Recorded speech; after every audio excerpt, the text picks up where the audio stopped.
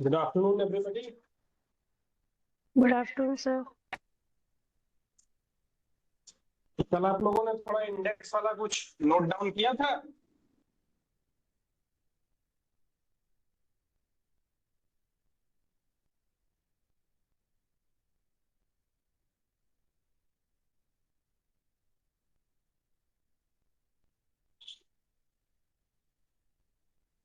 कोई बात नहीं, अब हम लोग आगे जो है आज सेक्शंस को कंप्लीट करेंगे एंड विल ट्राई कि हम लोग प्रोसीड कर जाएं towards the orders. All right,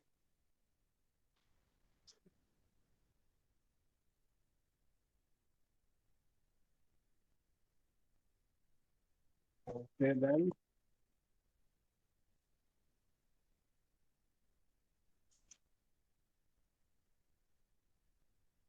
कल हम लोगों ने पार्ट 2 खत्म कर लिया था। अब हम लोग प्रयास करेंगे, वहां से आगे धीरे धीरे करके बढ़ते हैं और सेक्शंस को कंप्लीटली समाप्त करने का प्रयास करते हैं। तो थोड़ा ऑडियो गड़बड़ा था।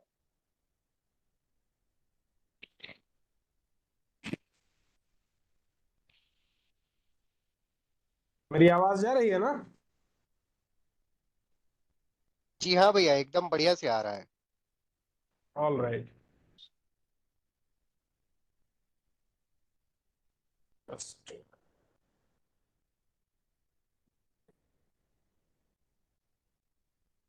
Okay then let us begin with our today's discussions.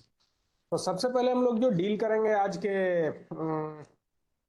In discussions में वो है आपका पार्ट 3। और पार्ट 3 डील करता है इंसिडेंटल प्रोसीडिंग्स के साथ। ओके, तो इंसिडेंटल प्रोसीडिंग्स में आप देखिए, सबसे पहले सेक्शन 75 उठाइए, power of court to issue commissions. Commissions अब क्या होते हैं? कई बार जो है कोर्ट कुछ ऐसे काम होते हैं जिनको कि खुद नहीं कर सकता है, किसी भी तरह से कुछ चीजों को आसान बनाने के लिए किसी और को एक तरह से कुछ काम दे दिया जाता है, और वैसा जो एक बना दिया गया, एक लोगों के ग्रुप को बना दिया गया जो उस काम को कंप्लीट कर रहे हैं, वो कमीशन कहा जाता है, बिल्कुल लेमन्स टर्म्स में।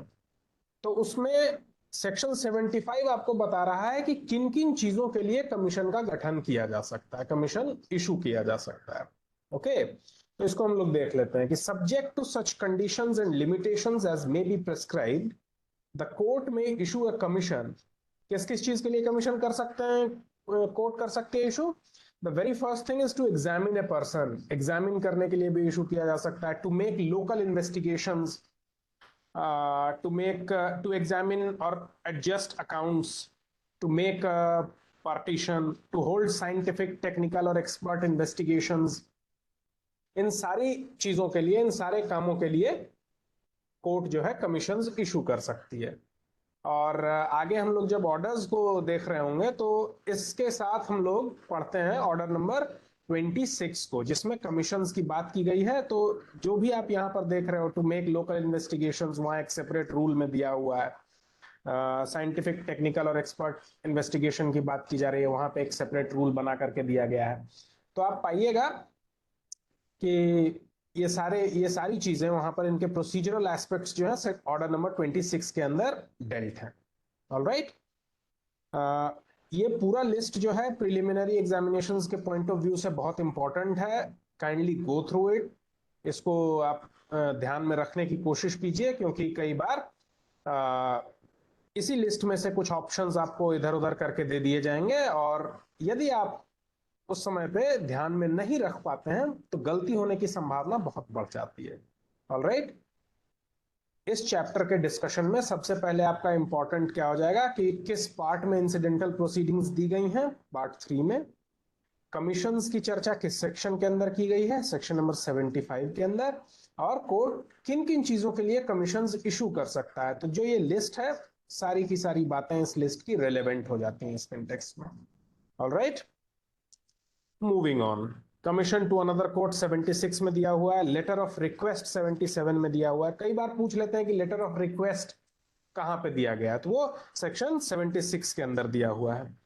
लेटर ऑफ रिक्वेस्ट क्या है भाई? तो in lieu of issuing a commission the court में issue a letter of request to examine a witness residing at any place not within India. India से अगर बाहर है कोई व्यक्ति रह रहा है तो लाजमी बात है कि अगर इंडिया के अंदर है, आपके म्यूनिसिपल लॉज के अंदर कोई व्यक्ति रह रहा है, तो वहां पर आप बहुत ही इजीली कमीशन इशू करके काम करवा सकते हैं। पर यदि कोई व्यक्ति आपके म्यूनिसिपल लॉज के बियॉन्ड है, तो उसके लिए आप लेटर ऑफ रिक्वेस्ट इशू कीजिएगा टू दैट वेरी गवर्नमेंट, और फिर वहां से चीजें ली जाती हैं। तो लेटर ऑफ रिक्वेस्ट का कॉन्सेप्ट कहां पे बताया गया है? सेक्शन नंबर 77 के अंदर। सेक्शन नंबर 78 आपका बताता है commissions issued by foreign courts की। Not a very important provision as such, मगर इसको यदि आप पूरे सेक्शंस को मेमोराइज कर सकते हैं, ध्यान में रख सकते हैं, good enough.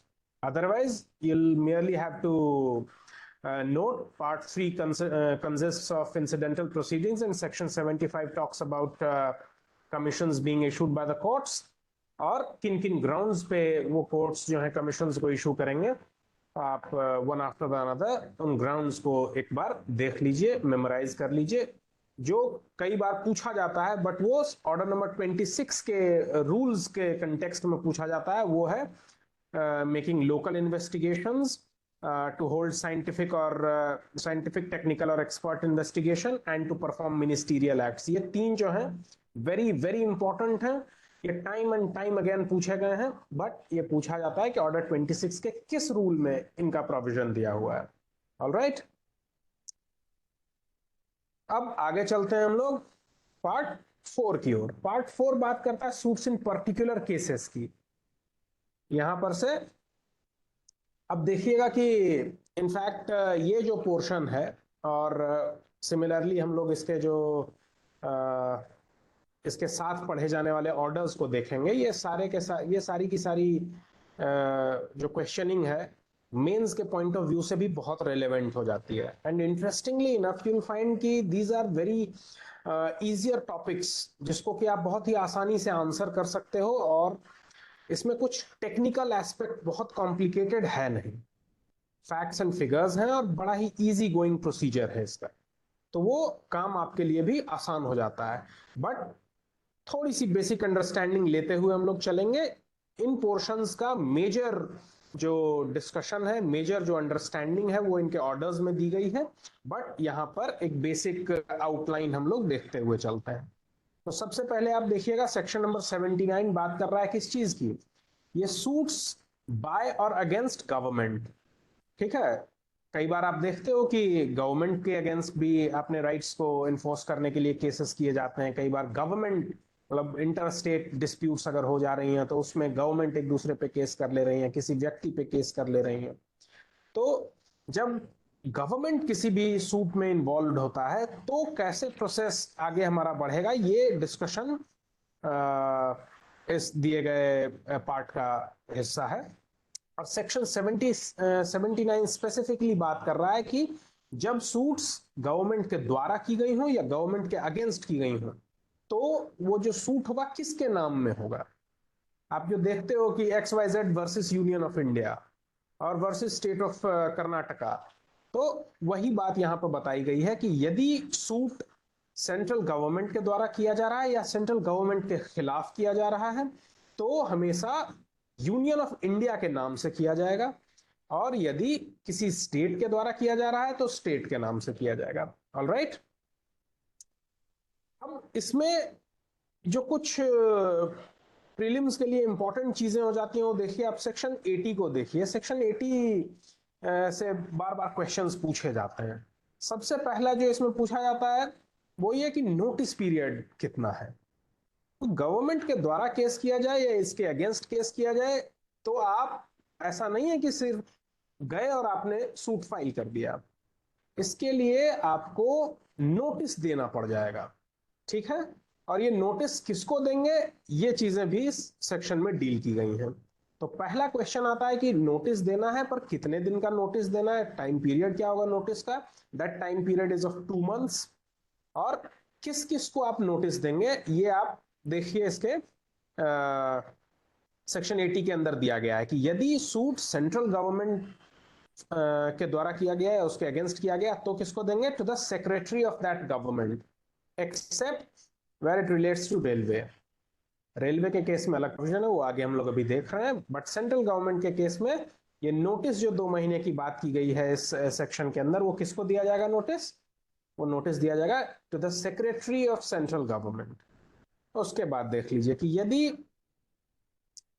In the case of suit against the central government where it relates to railway, अब यदि रेलवे से संबंधित है तो पहले भी हमने देखा था कि रेलवे को एक्सेप्शन के तौर पे बना के हटा दिया गया था। अब यहाँ पे देखिए बता रहा है कि यदि रेलवे को के अगेंस्ट आपने केस करना है या रेलवे को आपके अगेंस्ट केस करना है, then it will be done in the name of the general manager of the rail of that railways. ठीक है, रेलवे के जनरल मैनेजर के नाम से होगा। सिमिलरली आगे देखते हैं, जो क्लॉज बी भी है ये 2019 के अमेंडमेंट से हटा दिया गया है, मगर इसको फिर भी एक बार देख लीजिए कि इन the case of suit against the government of state of Jammu and Kashmir, the chief secretary of that government or any other officer authorized by that government in this behalf। तो अगर जम्मू कश्मीर की बात आती है तो किसके लिए होगा? Chief secretary to that government. ये पहले था, ऑफ कोर्स अब 2019 के अमेंडमेंट के बाद ये प्रोविजन भी आपका डिफंक्ट हो गया है। ऑलराइट, और टुवर्ड्स द एंड आप देख लेते हैं कि इन the case of a suit against any state government, state government के अगेंस्ट अगर केस करना है या स्टेट गवर्नमेंट केस कर रही है, देन क्या होगा? to the secretary of that government or the collector of the district। ठीक है, स्टेट गवर्नमेंट के सेक्रेटरी के नाम से भी हो सकता है या फिर डिस्ट्रिक्ट का जो कलेक्टर है उसके नाम से भी केस सूट किया जा सकता है या सूट उसके अगेंस्ट किया जा सकता है। ओके, तो पीटी में मेजरली ये क्वेश्चंस पूछे जाते हैं। अच्छा, एक एक्सेप्शन भी है जहां पर कि आपको ये नोटिस देने की जरूरत नहीं होगी। प्रीडोमिनेंटली क्या, बिना नोटिस के आप सूट नहीं कर सकते हैं गवर्नमेंट के अगेंस्ट, मगर इसका एक एक्सेप्शन भी है जो कि आप पाइएगा उसके क्लॉज 2 में, कि यदि अर्जेंसी है या इमीडिएट नेचर का केस है तो वैसे केस में बिना नोटिस सर्व किए हुए भी क्या किया जा सकता है? सूट इंस्टीट्यूट किया जा सकता है। Alright, with that we are done with section 80।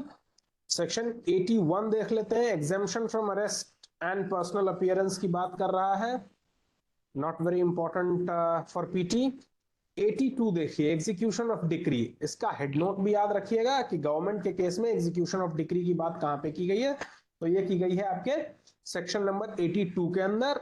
And जो सबसे ज्यादा पूछा जाता है इस पोर्शन में कि एग्जीक्यूशन करने के लिए कितना समय देना आवश्यक है, तो वो आप देखिएगा कि इसमें 3 महीने टाइम दिए बगैर आप एग्जीक्यूशन नहीं करवा सकते। ठीक है, ये इसका क्लॉज 2 देखिएगा, 81 82 का clause 2, execution shall not be issued on any such decree unless it remains unsatisfied for the period of 3 months computed from the date of such decree। Decree किए जाने के 3 महीने समाप्त होने के पहले एग्जीक्यूशन नहीं करवाया जा सकता है। ठीक है, आप इसको देखिएगा तो बिल्कुल क्या कहा जाए, कॉमन सेंस से इसको अगर आप सोचने का प्रयास कीजिए कि सरकार को इतना समय क्यों दिया जा रहा है, 2 महीने का नोटिस क्यों दिया जा रहा है, या फिर यहाँ एग्जीक्यूशन करना है उसमें भी 3 महीने का नोटिस दिया जा रहा है। तो ये एक कहिए तो नेचुरल जस्टिस को सर्व करने का एक तरीका है, जिसमें कि सरकार को पूरा मौका दिया जा रहा है कि without wasting the public resources, अगर संभव है तो आप उस मामले को सेटल कर लीजिए and will not delve into legal complicacies. इस कारण से यहाँ पे टाइम ड्यूरेशन दिए जाने का प्रोविजन बनाया गया है।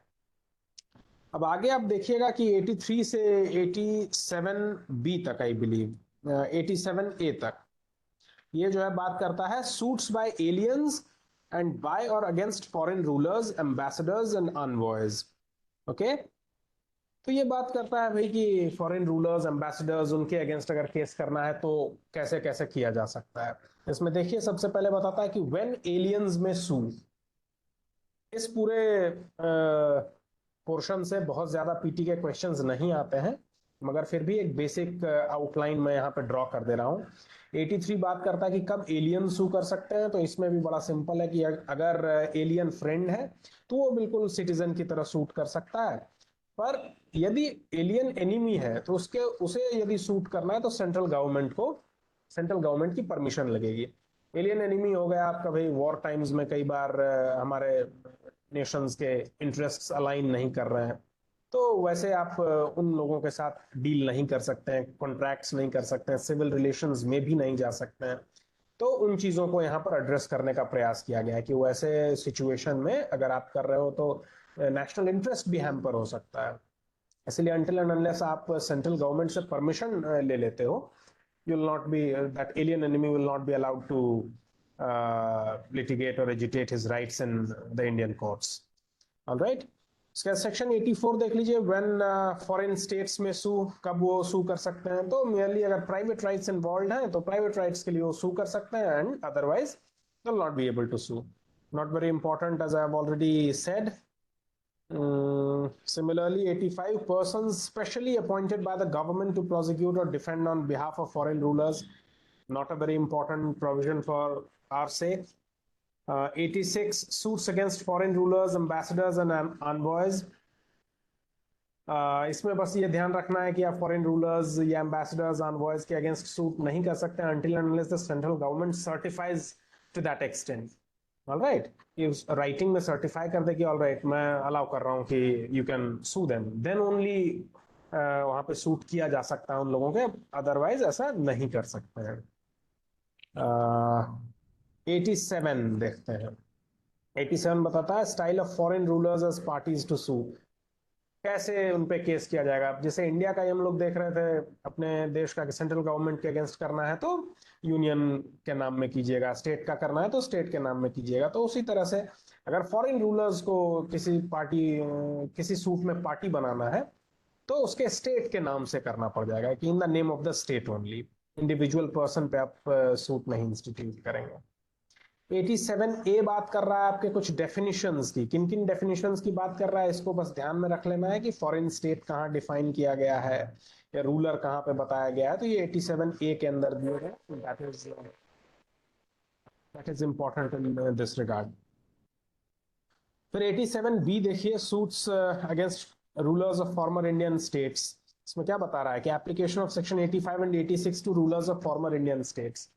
जो प्रिंसली स्टेट्स हुआ करते थे हमारे, उनके यदि कोई रूलर्स हैं तो उनके अगेंस्ट भी अगर आपको सूट करना था तो सिमिलर उनको माना जाएगा कि वो फॉरेन रूलर्स है, और उसी हिसाब का इंसेंटिव भी उनको दिया जा रहा था, जैसा कि 85 और 86 सेक्शंस में हम लोगों ने ऑलरेडी देख रखा है।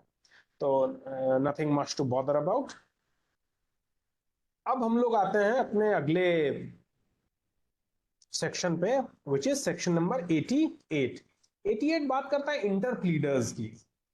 अब ये बड़ा इंटरेस्टिंग कॉन्सेप्ट है। आमतौर पे आप देखते हैं कि सूट जो है प्लेंटिफ और डिफेंडेंट के बीच में होता है, कि उनका कोई राइट है, एक व्यक्ति अपना राइट क्लेम कर रहा है, दूसरे के अगेंस्ट क्लेम कर रहा है, तो कंट्रोवर्सी हमेशा जो प्लेंटिफ और डिफेंडेंट के बीच में रहती है। बट इंटर प्लीडर तो यदि आप देखिए तो it is kind of an exception to that very basic nature of civil suits. Interpleader में प्लेंटिफ एंड डिफेंडेंट के बीच की कंट्रोवर्सी नहीं है, it is a controversy between the defendants inter से। अब समस्या क्या हो रही है यहाँ पे कि अब कोई प्रॉपर्टी है, मनी इन्वॉल्व है, डेट इन्वॉल्व है, वैसी किसी भी चीज है, प्लेंटिफ ने एक व्यक्ति जो है वो पेमेंट करने के लिए रेडी एंड विलिंग है, he has no issues at all, वो पेमेंट करने के लिए रेडी एंड विलिंग है, वो आप जो भी प्रोविजंस है उसको फुलफिल करने के लिए रेडी एंड विलिंग है। मगर उसी व्यक्ति से more than one parties, more than one persons are claiming that very specific thing. तो अब वो बंदा क्या करता है कि भाई मैं तो देने के लिए तैयार हूं and I don't have any sort of issues at all, but यही क्लियर नहीं हो पा रहा है कि मैं ये पैसा दूं किसे। ठीक है, मैं परफॉर्म कर दूंगा अपना पार्ट, बट किसके लिए करूं, इन हुज फेवर। कंट्रोवर्सी तो डिफेंडेंट्स के बीच में ही चल रही है। तो इंटर प्लीडर सूट आपकी बात करता है यहां पर कि वो डिफेंडेंट्स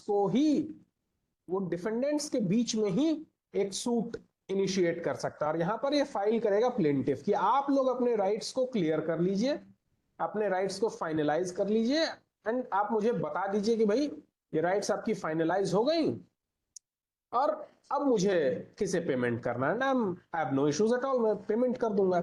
तो इस सूट को हम लोग बोलते हैं इंटर प्लीडर सूट। ये बहुत ही इंपॉर्टेंट है, मेंस में भी इससे क्वेश्चंस आते रहते हैं, शॉर्ट नोट्स में भी पूछे जा सकते हैं, and section 88 all the more important हो जाता है। और इसको जब हम लोग देखेंगे तो ऑर्डर नंबर 35 जो है इंटरप्लीडर सूट्स से डील करता है। एटलीस्ट ऑर्डर नंबर मैंने आपको पहले भी कल भी बताया था कि पूरे जो 1 से 51 तक ऑर्डर्स हैं उनको सीक्वेंशियली आप जॉट डाउन कर लीजिए and go through it time and again. इतनी बार आप उसको पढ़ लें कि ये मेमोराइज हो जाए। ऑलराइट, तो interpleader section number 88 and order number 35। कहानी यही है कि ये डिफेंडेंट्स के बीच की कंट्रोवर्सी है, प्लेंटिफ एंड डिफेंडेंट के बीच की कंट्रोवर्सी नहीं है। And the plaintiff is ready and willing to perform his part. Defendants केवल क्लियर कर लें कि किसके फेवर में करना है एंड he'll do that।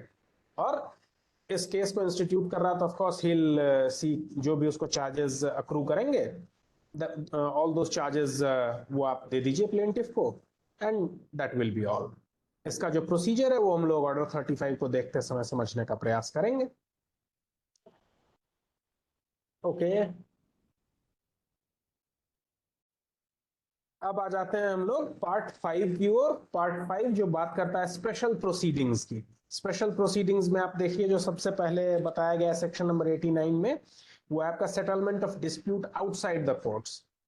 अगर कॉमन पार्लेंस में भी देखें कि किसी सूट को अगर आउटसाइड द कोर्ट हमें डिस्पोज ऑफ करना है, तो सबसे जो इजियर मेथड्स में से आता है, आप बहुत ही इजीली उसको आप देख सकते हो, आर्बिट्रेशन आ जाएगा, कंसिलिएशन आ जाएगा, मीडिएशन आ जाएगा, all those things are involve there. और सिमिलर सेम वही बातें यहाँ पे की गई हैं। ठीक है, तो जो आर्बिट्रेशन की चर्चा की जाती है, इसमें आप देखिएगा कि ये ऑर्डर 10 के अंदर इन्वॉल्व है। ऑर्डर 10 में इसका प्रोसीजर भी दिया गया है। और आर्बिट्रेशन की चर्चा जो है उसको मालिमत कमीशन की एक रिपोर्ट थी, मालिमत कमेटी ने रिकमेंड किया था और उसके बाद इसको इंक्लूड भी किया गया। ये 1999 की रिपोर्ट है और उसके बाद से फिर ये इंक्लूड किया गया सिविल प्रोसीजर में। और आप पाइएगा कि with the advent of time all these procedures are becoming all the more important। ठीक है, क्यों? क्योंकि हमारा जो सिविल प्रोसेस है वो बहुत ही कॉम्प्लिकेटेड हो जाता है और टाइम कंज्यूमिंग हो जाता है। तो ऐसे ऑल्टरनेट मेथड्स जो हैं वो काफी आसान कर देते हैं इन प्रोसेसेस को। तो इसमें आप देखिए क्या क्या है, एक बार will go through section number 89 which goes as where it appears to the court that there exists elements of a settlement which may be acceptable to the parties, the court shall formulate the terms of settlement and give them to the parties for their observation, and after receiving the observations of the parties, the court may reformulate the terms of possible settlement and refer the same for arbitration, conciliation, judicial settlement including settlement through लोक अदालत and mediation. ठीक है, अब यहाँ पे ध्यान क्या देना है आपको कि नेगोशिएशन इंक्लूडेड नहीं है। क्वेश्चंस उसमें बार बार पूछा जाएगा और उसमें से एक ऑप्शन नेगोशिएशन भी डाल देंगे, और कंफ्यूज रहिएगा तो अगर क्लैरिटी नहीं होगी तो वहां पे ये गलती होती है। तो ध्यान रखना है कि इस सूची में नेगोशिएशन इंक्लूडेड नहीं है। क्या क्या इंक्लूडेड है? आर्बिट्रेशन है, कंसिलिएशन है, जुडिशियल सेटलमेंट है और मीडिएशन है। अब इसमें लेकिन देखिए कि क्या बोल रहा है कि जब आप जा रहे हैं कोई मामला लेकर के, तो होना उसको कह रहे हैं कि हम सेटल करवाएंगे भाई आउटसाइड कोर्ट, बट एक लाइन लिख करके रखी गई है इसमें, the court shall formulate the terms of settlement and give them to the parties for their observation. अब ये सोचिए कि ये थोड़ा सा रिडंडेंट टाइप की बात नहीं लग रही है कि सेटलमेंट आप आउटसाइड कोर्ट करवाना चाह रहे हैं और उसके बाद आप कहते हैं कि जो टर्म्स ऑफ सेटलमेंट हैं, जो इश्यूज हैं, उसको कोर्ट ही फॉर्मुलेट करे। तो ये थोड़ा कंट्रोवर्शियल नेचर का एक इनपुट है इसमें। और इस पे एक बहुत ही फेमस जजमेंट है एफकॉन्स इंटरनेशनल वर्सेस चेरियान वार्के। इसमें सुप्रीम कोर्ट ने ये मैंडेट भी किया था कि जो कोर्ट है, कोर्ट फॉर्मुलेट नहीं करेगी, कोर्ट मेयरली रेफर कर देगी इसको कि भाई आर्बिट्रेशन करवा लेते हैं, कंसिलिएशन करवा लेते हैं, जैसा भी उचित लग रहा है, टू एनी ऑल्टरनेट मेथड वो रेफर कर देगी court. But this reference will not come along with the settlement of the issues. ठीक है, तो यहां पर लिखा हुआ जरूर है, बट जुडिशल प्रेसिडेंट के मीडियम से आप देखिएगा। केस का नाम नोट डाउन कर लीजिए अगर आपने कभी नहीं सुन रखा है तो, एफकॉन्स इंटरनेशनल वर्सेस चेरियान बाके। ठीक है। और इसी जजमेंट के अंदर एक और ऑल्टरेशन सुप्रीम कोर्ट ने सजेस्ट किया था। जब आप देखिएगा क्लॉज टू का सी और डी, उसको देखिए कि क्लॉज सी बात करता है जुडिशियल सेटलमेंट की और क्लॉज डी बात करता है मीडिएशन की। सुप्रीम कोर्ट का मानना था कि ये दोनों जो है इंटरचेंज होने लायक चीजें हैं। क्लॉज सी में मीडिएशन की बात होनी चाहिए और क्लॉज डी में जुडिशियल सेटलमेंट की बात होनी चाहिए। ऑलराइट। तो इन सुप्रीम कोर्ट के रेफरेंसेस को भी, इन सुप्रीम कोर्ट के ऑब्जर्वेशंस को भी आप काइंडली नोट डाउन करके रखिए और उसको ध्यान रखिएगा। तो इस पोर्शन से जो मेजर क्वेश्चनिंग होती है, नंबर 1 तो ये पूछा जाता है कि भाई किस सेक्शन में दिया गया है, सेक्शन 89। कौन कौन से मेथड्स दिए गए हैं, उसमें नेगोशिएशन नहीं है, इसका ध्यान रखना। Arbitration, mediation, judicial settlement, conciliation, सारी बातें हैं मगर नेगोशिएशन इंक्लूडेड नहीं है। इसके बाद इसमें पूछ लिया जाता है कि ऑर्डर 10 के किन किन रूल्स में दिया हुआ है। 1A 1B will go through all those rules one after another, मगर ऑर्डर 10 के अंदर ये इंक्लूडेड है, उसकी बात हो जाती है।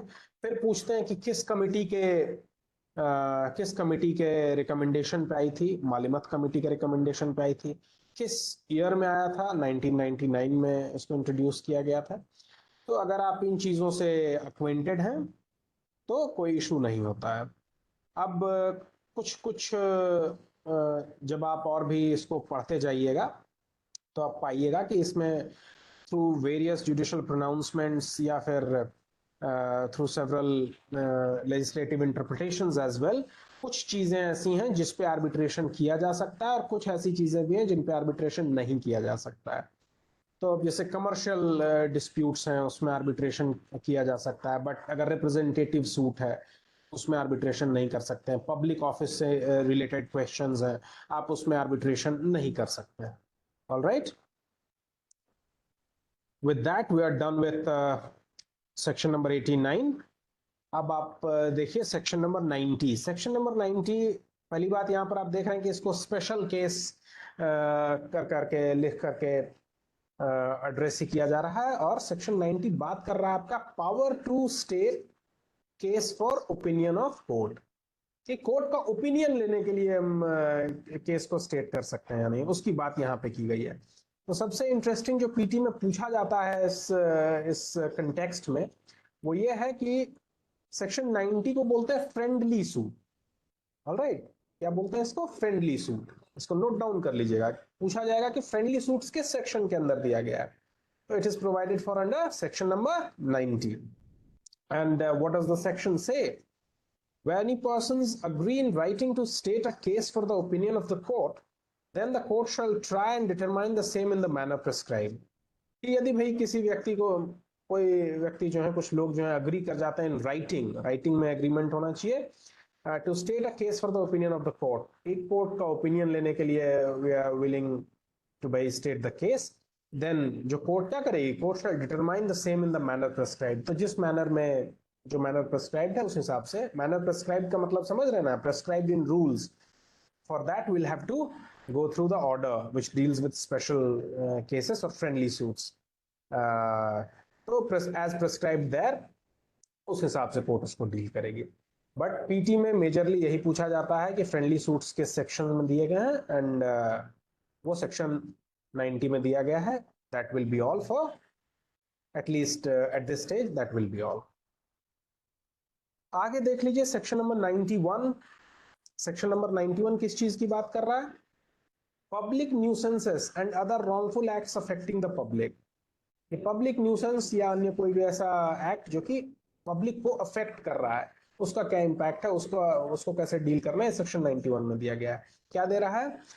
In the case of public nuisance or other wrongful act affecting or likely to affect the public, a suit for declaration and injunction or for other relief as may be appropriate in the circumstances of the case may be instituted.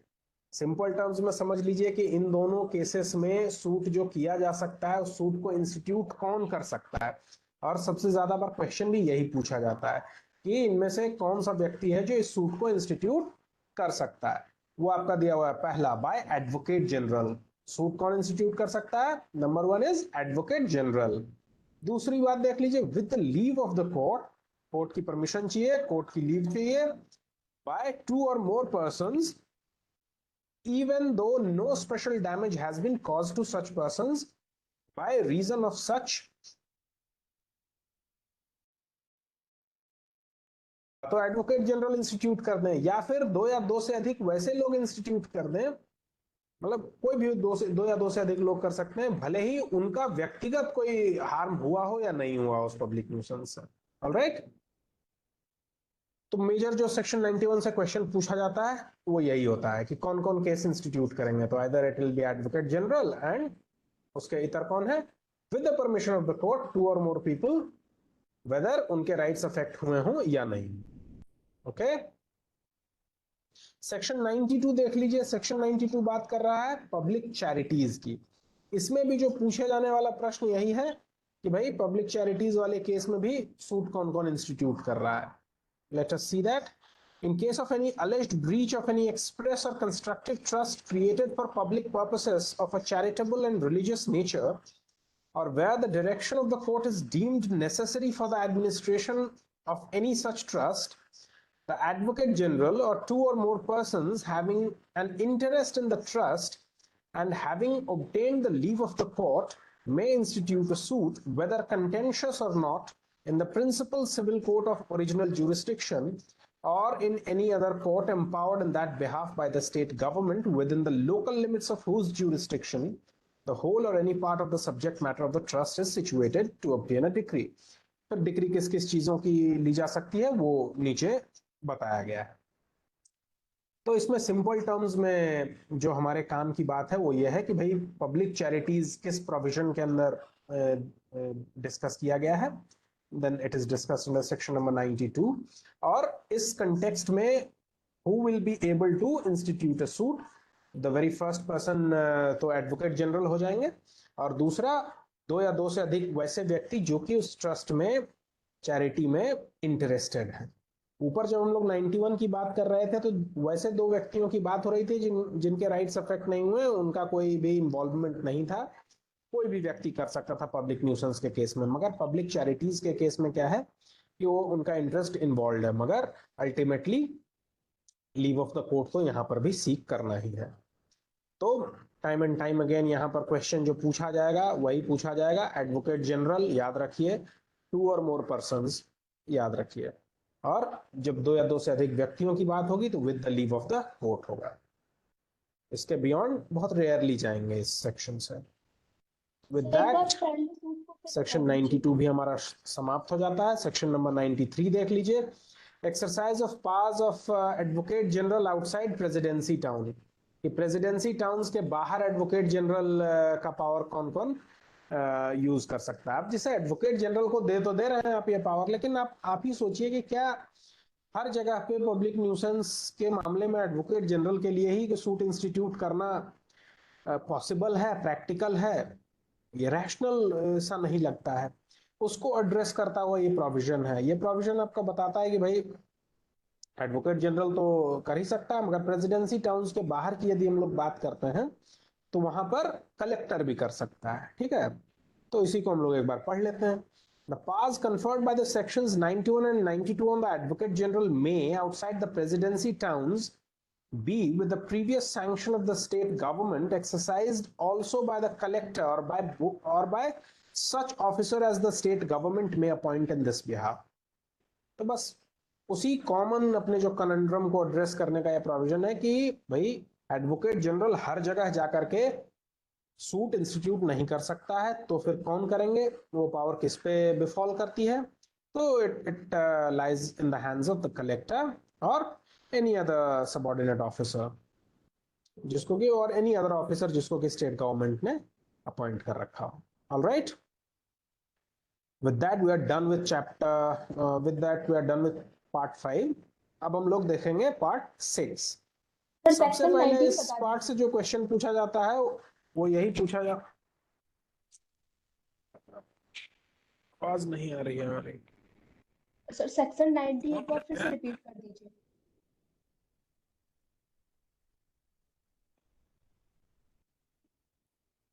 Friendly suit.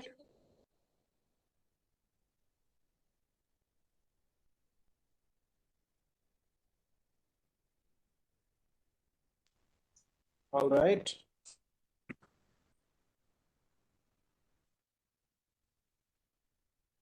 हाँ, तो जो part 6 से पहला question जो कई बार पूछा गया है, बार बार पूछा जाता है, वो कि भाई सप्लीमेंटल प्रोसीडिंग्स किस पार्ट में दिए गए हैं। तो आप समझिएगा कि जो मैंने आपको बोला था कि इंडेक्स को सीक्वेंशियली लिख करके उसको मल्टीपल टाइम्स आपको पढ़ना चाहिए या मेमोराइज करना चाहिए, वो ऐसे क्वेश्चंस को ही एड्रेस करने के लिए होता है। कई बार पूछ लेंगे भाई किस पार्ट में दिया गया है, आपने दुनिया जहान सब कुछ पढ़ रखा है बट किस पार्ट में है, यही नहीं याद है। ठीक है, तो ऐसे बेसिक मिस्टेक्स हम लोगों को नहीं करने हैं। तो इसको ध्यान रखिएगा कि पार्ट 6 के अंदर किस चीज की बात की गई है, सप्लीमेंटल प्रोसीडिंग्स की बात की गई है। ओके, फिर आता है भाई सप्लीमेंटल प्रोसीडिंग्स। अगला जो क्वेश्चन पूछा जाता है एग्जामिनर्स का वेरी फेवरेट क्वेश्चन, किस सेक्शन में अवेलेबल है सप्लीमेंटल प्रोसीडिंग्स। सेक्शन नंबर 94 में। और उसके बाद फिर पूछेंगे कि भाई क्या क्या चीजें जो है सप्लीमेंटल प्रोसीडिंग के अंदर इंक्लूडेड हैं। तो आप इसमें देख रहे हैं कि 5 क्लॉजेस दिए गए हैं, और इसी में से ऑप्शंस इधर उधर करके एक कोई एडिशनल ऐड कर दिया जाएगा, और you will have to kind of mark it out. Okay, तो इस पे ध्यान देना है। देख लेते हैं हम लोग सेक्शन नंबर 94 सप्लीमेंटल प्रोसीडिंग्स को। In order to prevent the ends of justice from being defeated, the court may, if it is so prescribed, क्या क्या कर सकता है भाई, issue a warrant to arrest the defendant। Defendant को गिरफ्तार करने के लिए वारंट इशू कर सकता है। You go through with the rest of the section। मैं बस जो है बता दे रहा हूँ, इसका एक आउटलाइन ड्रॉ कर दे रहा हूँ कि वारंट इशू किया जा सकता है to arrest the defendant. Defendant को डायरेक्ट किया जा सकता है कि यू फर्निश सिक्योरिटी। तीसरा बात, टेम्पररी इंजंक्शन ग्रांट किया जा सकता है। देन अगेन टेम्पररी इंजंक्शन का डिटेल्ड एनालिसिस जो है ऑर्डर नंबर 39 में भी दिया हुआ है, और आगे भी हम लोग देखेंगे अभी। उसके बाद फिर क्या है, रिसीवर अपॉइंट किया जा सकता है, ऑर्डर नंबर 40 रिसीवर अपॉइंट करने का पार है। And to make such interlocutory orders, interlocutory orders 39। तो ये सारी बातें सप्लीमेंटल प्रोसीडिंग्स के अंदर आती हैं। कोर्ट इन सारी चीजों को कंडक्ट कर सकता है। केवल इसमें ध्यान रख लीजिएगा कि ये पांचों क्या क्या बातें हैं, और इसमें से यदि एक दूसरा कोई भी एलिमेंट इंट्रोड्यूस करके आपसे पूछ लिया जाए तो उसको आंसर करने के लिए तैयार रहना है। ऑल राइट, सेक्शन नंबर 95 देखते हैं हम लोग। सेक्शन नंबर 95 बोलता है compensation for obtaining arrest attachment और इंजंक्शन ऑन इनसफिशिएंट ग्राउंड्स। अब देखिए ये सेक्शन, इस सेक्शन में जो फाइन की चर्चा की गई है, ये पूरे सीपीसी में दिया गया सबसे लार्ज अमाउंट का फाइन है। इससे बड़ा अमाउंट का फाइन और कहीं भी सीपीसी प्रेस्क्राइब नहीं करता है। ये बोल रहा है भाई कि अगर किसी व्यक्ति ने अरेस्ट ऑब्टेन करने के लिए किसी का या किसी की प्रॉपर्टी को अटैच करवाने के लिए, या फिर इंजंक्शन करवाया है किसी और की प्रॉपर्टी पे, और वो सारी चीजें जो है कोर्ट ने ग्रांट कर दी, बट बाद में पाया जाता है कि भाई ये इनसफिशिएंट ग्राउंड्स पे किया जा रहा था। ठीक है, जिन ग्राउंड्स पे रेज किया गया था ये कंसर्न, वो इनसफिशिएंट थे। तो इनसफिशिएंट ग्राउंड पे होने के कारण जो है कंपेंसेशन दिया जाता है दूसरे व्यक्ति को, और वो कंपेंसेशन का अमाउंट आप इसमें देखिए कितना दिया गया है, नॉट एक्सीडिंग 50,000 रुपीज। तो ये बहुत बार पूछा जाता है कि भाई अरेस्ट हो गया, अटैचमेंट हो गया, या फिर इंजंक्शन वगैरह हो गया, इसको इसके ल्यू में अगर अगर ये इनसफिशिएंट ग्राउंड्स पे दिया गया है तो इसके ल्यू में कितना कंपेंसेशन का प्रोविजन दिया गया और किस सेक्शन में ये प्रोविजन दिया गया है। तो पहली बात, ये सेक्शन नंबर 95 के अंदर इंक्लूडेड है। और दूसरा, the amount of compensation is not exceeding 50,000 rupees. All right then, अब हम लोग आ जाते हैं अपील्स की चर्चा हम लोग कर लेते हैं। अपील्स जो है आपका सेक्शन नंबर 96 से 112 तक दिया गया है, डिस्कस किया गया है। और उधर जब आप देखिएगा तो ऑर्डर नंबर 41 से लेके ऑर्डर नंबर 45 तक कंप्लीटली इससे ही डील करते हैं, each order with a specific issue but appeal nonetheless. ठीक है, तो हम लोग देखते हैं सबसे पहले 96 जो है बहुत ही इंपॉर्टेंट प्रोविजन है और इसके हर क्लॉज से क्वेश्चन पूछा जाता है। अच्छा, उससे पहले ध्यान रखिएगा कि अपील जो है एक सब्सटैंटिव राइट है, सब्सटैंटिव रेमेडी प्रोवाइड करता है। इसका मतलब ये हो गया, ये इनहेरेंट नहीं है कोर्ट्स।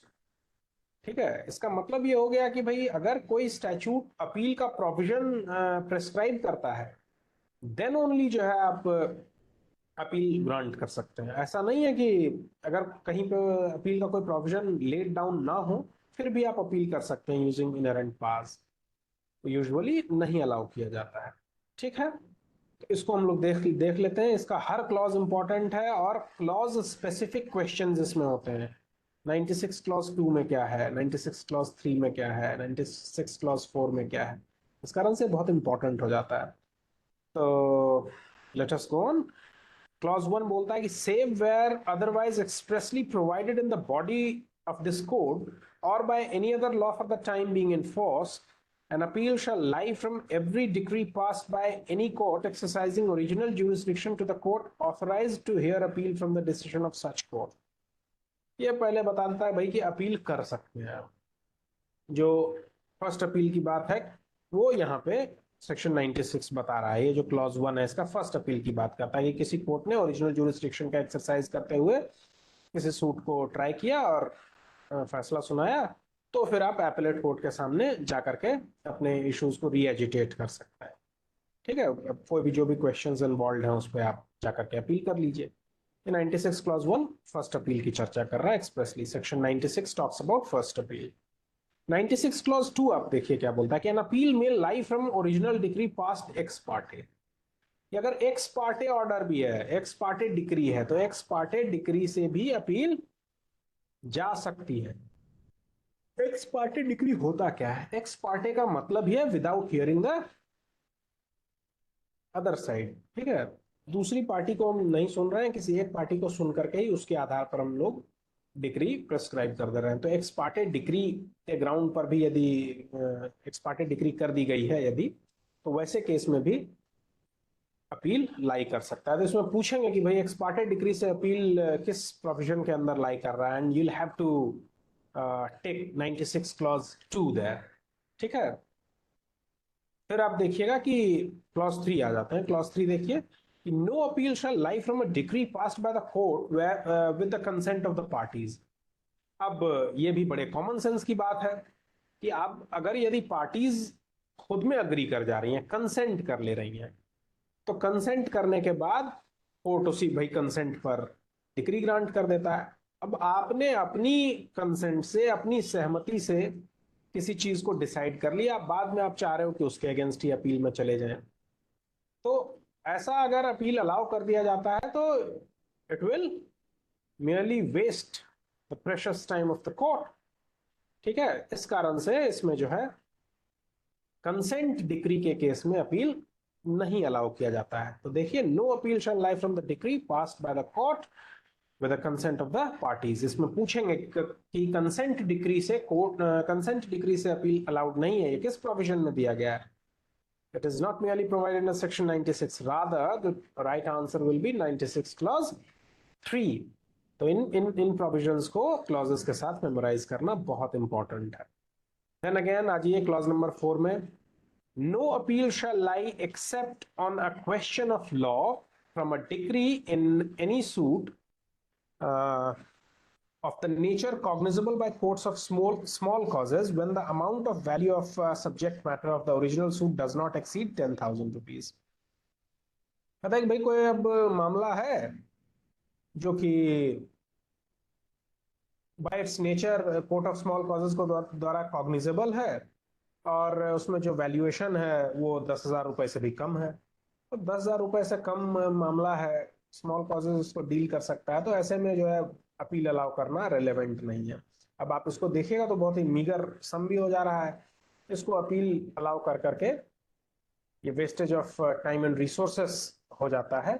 इस कारण से 10,000 रुपए से कम वैल्यूएशन की यदि उसमें इन्वॉल्वमेंट है तो वैसे केस में क्या करेंगे, अपील अलाउ नहीं किया जाता है। ठीक है, तो इसका ध्यान रखिएगा, ये 96 क्लॉज 4 में दिया गया है। बार बार पूछेंगे कितने कितने तक के वैल्यूएशन की बात की गई है, तो ₹10,000 की, और किस क्लॉज में दिया गया है, 96 क्लॉज 4 में दिया गया है। सेक्शन नंबर 97 देखिए, appeal from final decree where no appeal from preliminary decree. ये सिंपल बताता है भाई ये सेक्शन की, अगर प्रिलिमिनरी डिक्री के बाद आपने अपील फाइल नहीं किया तो फाइनल डिक्री के बाद भी अपील फाइल नहीं करने दिया जाएगा। That is all. सेक्शन 98 बताता है decision where appeal heard by 2 or more जजेस। तो इसमें क्या है भाई कि 2 या 2 से अधिक जजेस यदि सुन रहे हैं तो क्या होगा, where an appeal is heard by bench of 2 or more जजेस the appeal shall be decided in accordance with the such judges or of the majority of such judges। ये 2 या 2 से अधिक जजेस यदि हैं तो कैसे फैसला कीजिएगा, सिंपल सी बात है, मेजोरिटी ऑफ जजेस जिस बात से एग्री कर रहे होंगे that will be the decision. उसके बाद फिर कहता है कि भाई यदि इवन नंबर में जजेस रह गए हैं, मेजोरिटी नहीं बन पा रही है, इक्वली डिवाइड हो गए हैं, तो वैसे केस में क्या होता है, इक्वली डिवाइड हो जाएगा कोर्ट, तो एडिशनल जजेस को और वहां पर बैठाएंगे और they'll hear the मैटर, और फिर उनको मिला करके फिर देखा जाएगा कि अब मेजोरिटी कहां पे लाई कर रही है, और अल्टीमेटली डिसाइड तो मेजोरिटी सही होना है। ठीक है, सेक्शन नंबर 98। सेक्शन 99 क्या बता रहा है कि no appeal to be reversed or modified for error or irregularity not affecting the merits of the judgment. कि भाई यदि मेरिट अफेक्ट नहीं हो रहा है तो वैसे केस में किसी भी डिग्री को रिवर्स या मॉडिफाई नहीं किया जाएगा, mayor some error or irregularity. ठीक है, सेक्शन 99 ए क्या बता रहा है कि no order under order 47 to be section 47 to be reversed or modified unless the decision of the case is prejudicially affected। Section 47 कल हमने देखा था जिसमें बात की जा रही थी executing court can not go behind the decree. कौन कौन से क्वेश्चंस वो डिसाइड कर रही थी executing court, any question pertaining to execution, discharge or satisfaction of a decree, केवल उन्हीं को डील करना है। अब you can not go behind the decree and decide the issues on its merits. तो यहाँ पे वही बता रहा है कि भाई कोई भी ऐसा order, no order under order 47 to be reversed or modified unless decision of the case is prejudicially affected. यानी कि एग्जीक्यूशन में यदि कुछ भी डिसाइड किया जा रहा है तो अनटिल अनलेस वो केस को प्रेजुडिशियली अफेक्ट कर दे उसके अगेंस्ट जो है उसको रिवर्स नहीं किया जाएगा, उस ऑर्डर को मॉडिफाई नहीं किया जाएगा। ठीक है, सेक्शन नंबर 100। अब यहां से देखिए सेकंड अपील की चर्चा आ गई। अभी तक हम लोग बात कर रहे थे फर्स्ट अपील की, सेक्शन 100 बात करता है आपके सेकंड अपील की। सेक्शन 96 को पढ़ते समय आपने ये नहीं देखा कि फोरम जो है अपील का वो नहीं डिस्कस किया गया था, फोरम ऑफ अपील की कहीं पे चर्चा नहीं की गई थी। आपको बताया गया भाई कि जो एपेलेट कोर्ट है वहां पे चले जाइए, आपको ये नहीं बताया गया कि एपेलेट कोर्ट होगी कौन। ठीक है, वहां पे फोरम क्लियर नहीं था कि आप जिस लेवल पे हैं उससे ऊपर के कोर्ट में आप अपील जा सकते हैं, वो एपेलेट कोर्ट का प्रोविजन ऐसे कर दिया था। लेकिन जब सेकंड अपील की चर्चा हम लोग करते हैं सिविल प्रोसीजर के अंदर, तो यहां पर आप पाइएगा कि फोरम कैटेगोरिकली मेंशन्ड है and that forum is high court. ठीक है,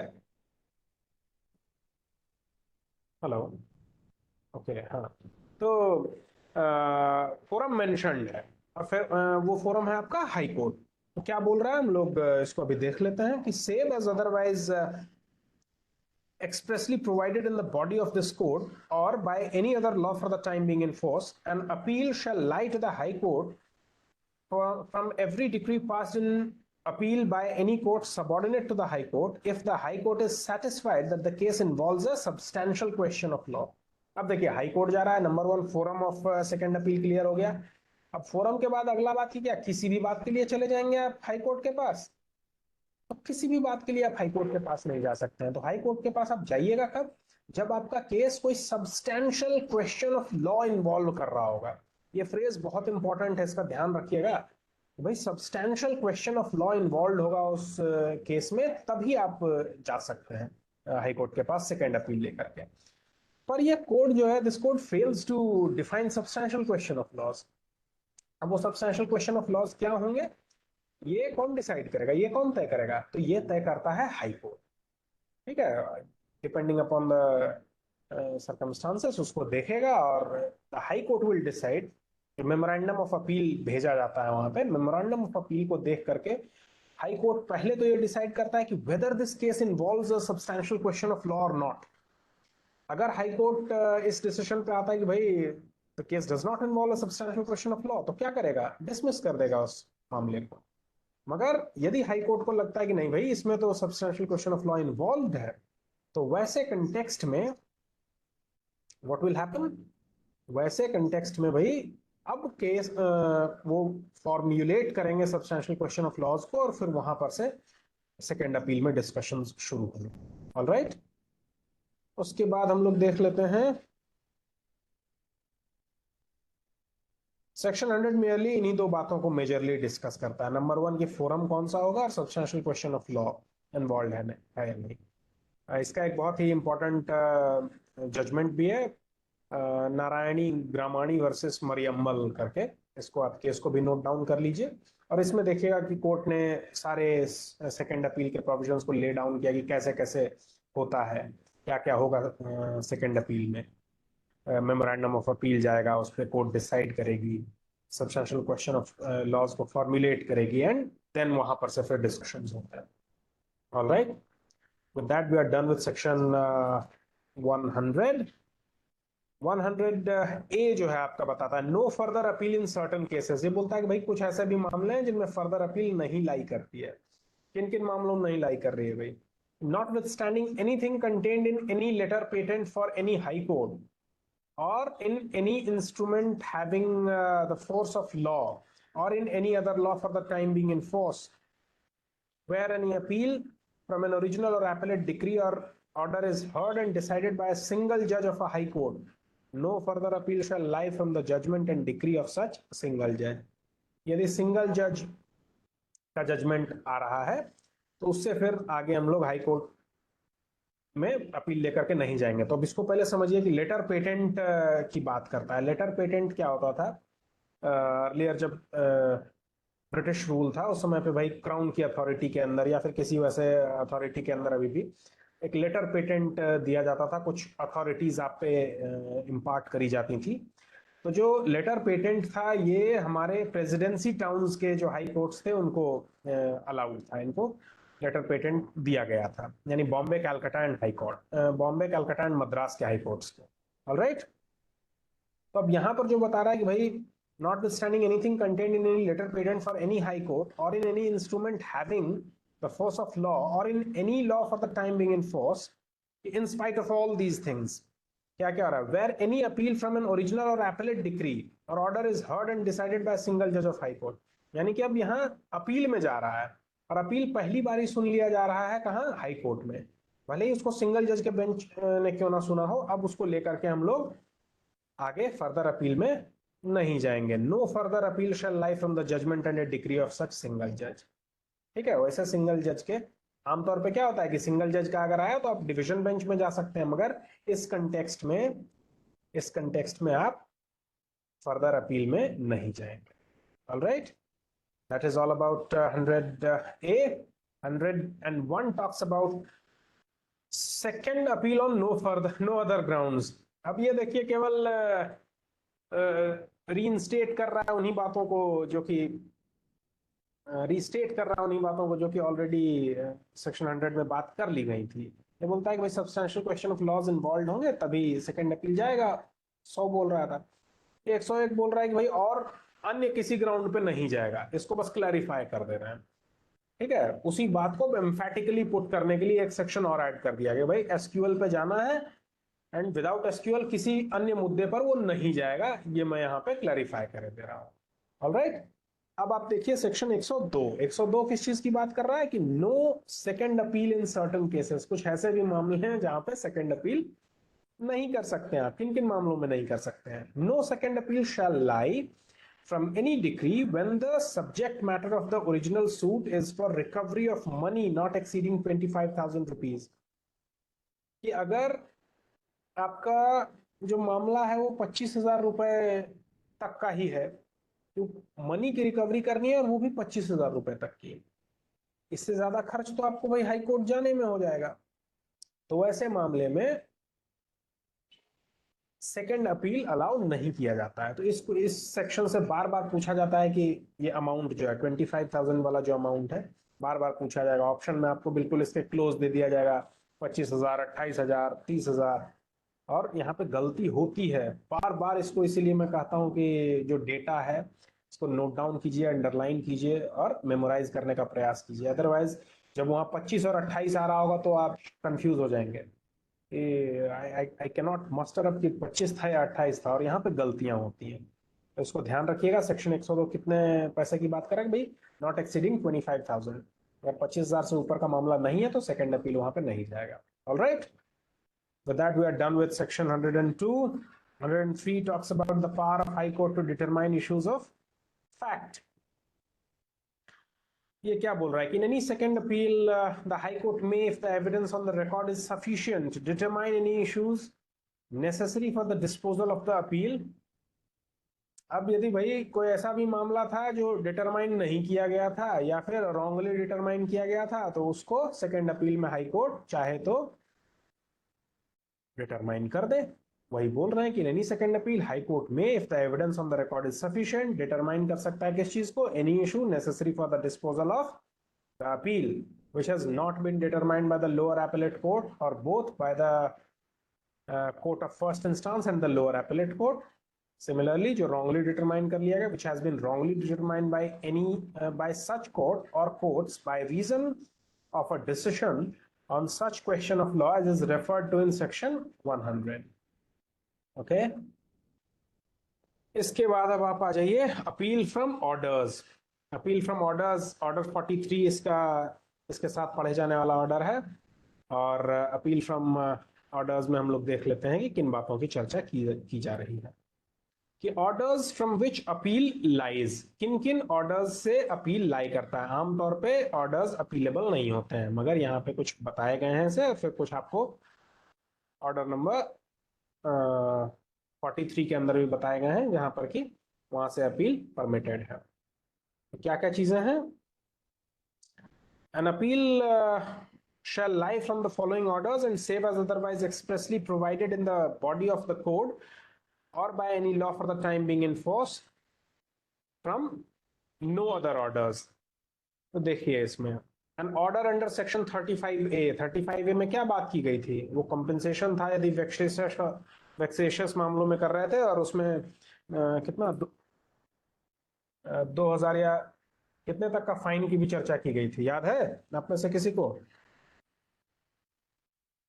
order number section number 35A, compensatory cost in respect of false or vexatious claims की चर्चा की गई थी, और इसमें 3,000 रुपए के फाइन की बात की गई थी। ऑल राइट, उसके बाद फिर देखिए एन ऑर्डर अंडर सेक्शन 91 और section 92 refusing leave to institute a suit for the nature referred to in section 91 और 92। तो सेक्शन 91 92 से अगर कोई भी मामला है तो वहां पे होने वाले ऑर्डर्स से भी आप अपील में जा सकते हैं। An order under section 95। तो इन सारे सेक्शंस को बहुत ही इंपॉर्टेंट हैं, चूंकि इनको याद रखना है आपको कि 35A के अंदर का कोई भी ऑर्डर है तो वहां से अपील चला जाएगा। 91-92 का ऑर्डर है, अपील चला जाएगा। 95 के अंदर का ऑर्डर है, अपील चला जाएगा। ठीक है, 95 में देख रहे थे कंपेंसेशन वाली बात थी, जहां 50,000 रुपए की मैंने चर्चा की थी। वैसे ही 91 92 भी आप देख रहे थे। तो इन सब से ये ऑर्डर्स भले ही हो, बट ये अपीलेबल ऑर्डर्स हैं, यहाँ से अपील चला जाएगा। उसके बाद फिर देखिए क्या है कि an order under any of the provisions of this code imposing a fine or directing the arrest or detention in the civil prison of any person except where such arrest or detention is in execution of a decree. All right, और towards then क्या है? any order made under rules from which an appeal is expressly allowed by the rules। अगर rules में किसी को expressly allow कर दिया गया है कि भाई अपील यहाँ से जा सकता है किसी ऑर्डर से, then of course यानी कि ये रेफर कर दे रहा है फिर आपको ऑर्डर 43 में भी कहीं पे अगर परमिटेड है तो आप अपील में चले जाइए।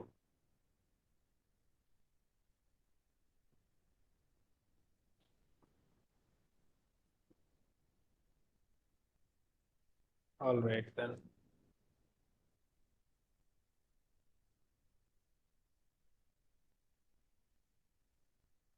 अगला आ जाते हैं हम लोग। जो नेक्स्ट प्रोविजन हमारे काम का है वो है सेक्शन नंबर 107। ये देखिए पावर्स ऑफ अपीलेट कोर्ट्स की बात करता है। तो और ये मेंस में भी क्वेश्चन पूछते हैं कि भाई एपेलेट कोर्ट के क्या क्या पावर्स हैं बता दीजिए। इंटरव्यूज में पूछ लिया जाता है। मुझसे एक बार इंटरव्यू में पूछा गया इसमें कि भाई रिमांड के बारे में बताइए आप।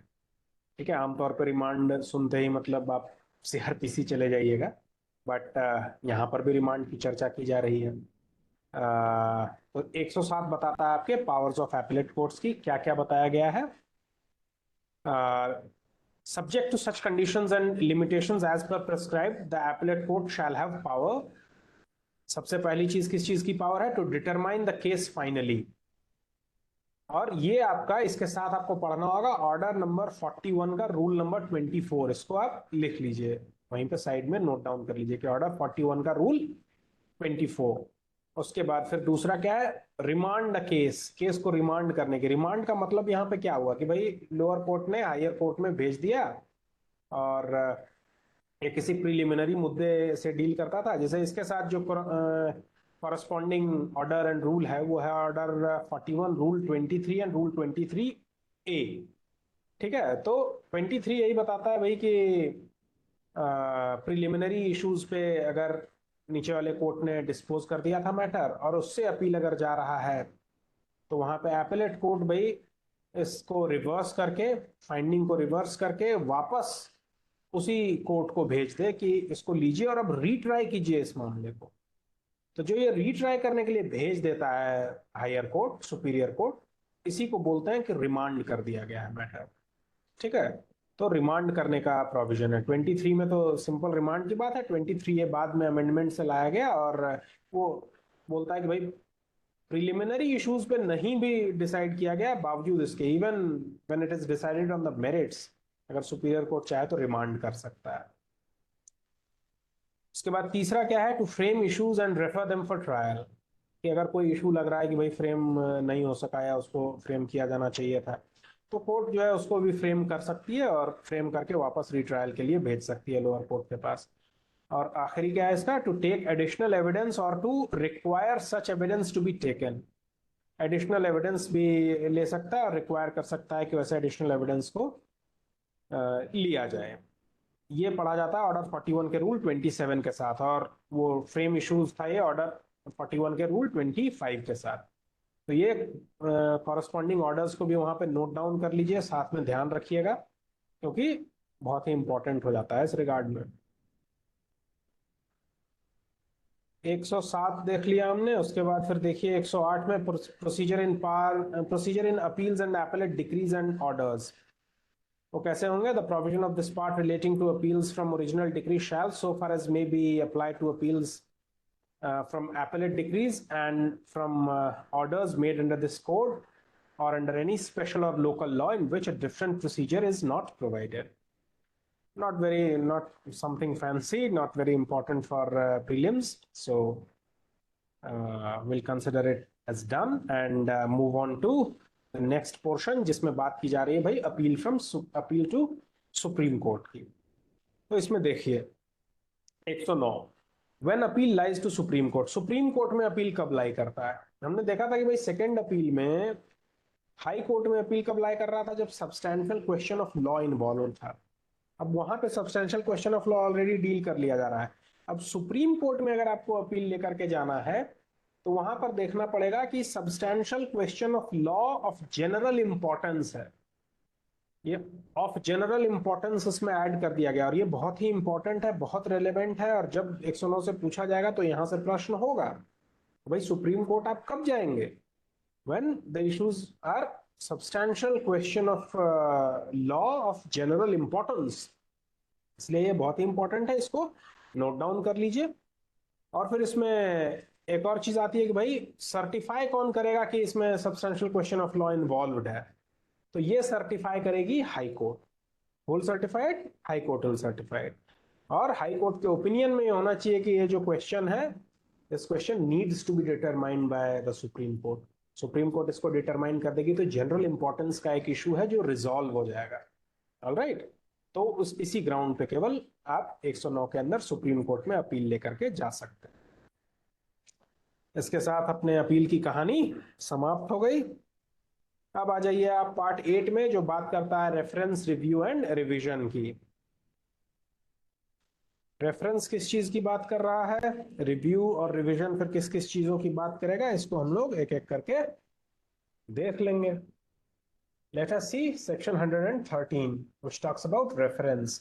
सबसे पहला प्रश्न इसमें कि भाई किस सेक्शन से में दिया गया है। 113, 14, 15 तीनों एकदम आपको कंठस्थ होने चाहिए कि इन सेक्शंस में ये चीजें प्रोवाइडेड है कैटेगरिकली। उसके बाद फिर पूछा जाएगा भाई कि फोरम क्या है, रेफरेंस कहाँ कीजिएगा। रेफरेंस किया जाएगा to the high court. Similarly revision भी हाई कोर्ट में जाता है, बट रिव्यू का फिर हम लोग कहानी अभी देखेंगे आगे। So let us go through it. Section 113 goes as reference to High Court. Head note में ही दे दिया गया है।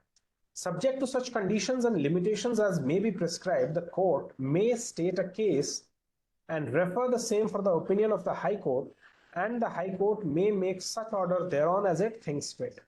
अगर कोर्ट को लग रहा है भाई कि इसमें जरूरत है तो वो रेफर कर सकती है हाई कोर्ट को किसी मुद्दे के लिए। लेकिन अब इसमें देखिए कि भाई किन ग्राउंड्स पे आप रेफर कीजिएगा। रेफरेंस करने के भी कुछ ग्राउंड्स होंगे, किन किन मुद्दों पर आप रेफर कर दीजिएगा हाई कोर्ट को।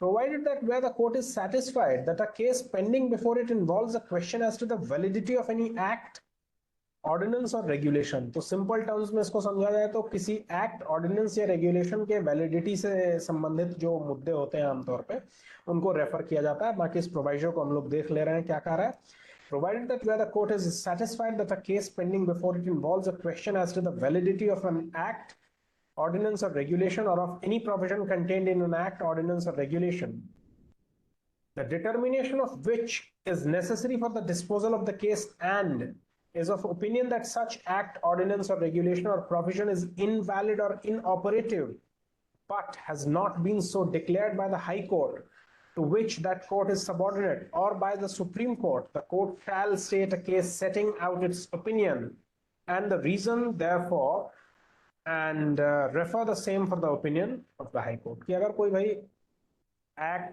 रेगुलेशन या ऑर्डिनेंस के वैलिडिटी से संबंधित कुछ क्वेश्चन है जहां लग रहा है कि भाई नहीं होना चाहिए इसको वैलिड, मगर हाई कोर्ट ने कोई इस पर डिटर्मिनेशन नहीं दिया है, सुप्रीम कोर्ट ने इस पर कोई डिटर्मिनेशन नहीं दे रखा है, तो वैसे केस में जो सबऑर्डिनेट कोर्ट है वो हाई कोर्ट को रेफर कर सकती है उस मामले को and deal with it accordingly. उसके बाद हम लोग देख लेते हैं सेक्शन नंबर 114 जो बात करता है रिव्यू की।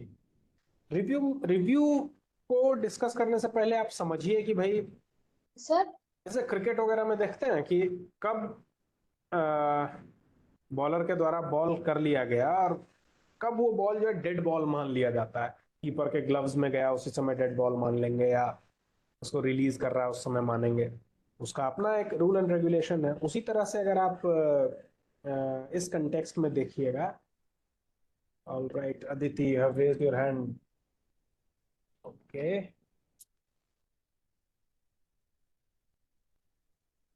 सर रेफरेंस में केवल कोर्ट ही भेज सकता है या फिर कोई पर्सन भी अप्लाई कर सकता है रेफरेंस के लिए? आवाज नहीं आ रही है, एक बार सर सर रेफरेंस के लिए केवल कोर्ट। हेलो हाँ हाँ बोलिए, सॉरी आवाज नहीं आ रही। सर रेफरेंस के लिए केवल कोर्ट ही डायरेक्ट कर सकता है या फिर कोई पार्टी भी अप्लाई कर सकती है नहीं, ये रेफरेंस के लिए? कोर्ट ही डायरेक्ट करेगा इसमें, ठीक है। इसमें देखिए ना, यहाँ पे कैटेगरिकली बॉडी में लिखा गया है any court state a case, ठीक है, subject to such conditions and limitations as may be prescribed any court में state a case and refer the same for the opinion of the high court. कौन refer करेगा? वो court करेगा। Okay, court refer करेगी, ठीक है। Thank you sir. Alright, तो अब हम लोग आगे चलते हैं। रिव्यू की मैं बात कर रहा था। तो रिव्यू में क्या होता है कि एक बार जैसे ही आपने फाइनल जजमेंट दे दिया, डिग्री आपने दे दी, उसके बाद कोर्ट को बोलते हैं कि कोर्टम फंक्टस ऑफिशियो हो गई, ठीक है। इस पेज को आप लोग लिख लीजिए। इसको बोला जाता है कि कोर्टम फंक्टस ऑफिशियो हो गई, यानी कि ऑफिशियली अब भाई डिफंक्ट हो गया। अब उस मामले में उस कोर्ट का कोई राइट नहीं बचा। अब आपको अपील में जाना है तो एपलेट कोर्ट्स के पास जाइए, वही कोर्ट अब उस मामले को नहीं देखेगी। एक बार उसने अपने लेवल पे कंक्लूसिवली डिटरमाइन कर दिया इश्यूज को, and that is all. But उस रूल का एक एक्सेप्शन है रिव्यू। रिव्यू को अगर कॉमन पार्लेंस में आप समझिए तो ये बोल रहा है रिव्यू करना है। कि मैंने कोई बात आपको बताई और मुझे भाई लग रहा है कि अच्छा कुछ उसमें प्रॉब्लम है, कुछ गलत मैंने बता दिया है, कुछ भी ऐसा हो गया, आपको लग रहा है कि मैंने गलत बता दिया, आप कहते हो कि भाई यहाँ पे मुझे कुछ समस्या लग रही है, इसको आप एक बार दोबारा चेक कर दो, तो मैं उसे खुद से दोबारा चेक कर ले रहा हूँ, या कोर्ट जो है उसको दोबारा चेक कर ले रही है, तो रिव्यू कर ले रही है। कॉमन पार्लेंस की बात है, रिव्यू उसी को बोलते हैं, ठीक है। सेम कोर्ट के द्वारा उस मामले का री एनालिसिस जो है, it is called as review. अब इसको हम लोग देखते हैं कि सेक्शन 114 रिव्यू को किस कंटेक्स्ट में समझा रहा है। Subject as aforesaid, any person considering himself aggrieved by a decree or order from which an appeal is allowed by this court, but from which no appeal has been preferred, by a decree or order from which no appeal is allowed by this court, or by a decision on the reference from a court of small causes, may apply for a review of judgment to the court which passed the decree or made the order, and the court may make such order thereon as it thinks fit। तो किन किन चीजों की यहाँ पर बात की गई दिखती है। सबसे पहले कहता है कि भाई आपका जो डिक्री आ गया, उस डिक्री में अपील अलाउड था, लेकिन आप अपील लेकर के ही नहीं गए, ठीक है। जो क्लॉज बी बोल रहा है कि अपील अलाउड था मगर आप अपील लेकर के नहीं गए। क्लॉज ए जो था वो क्या बोल रहा था,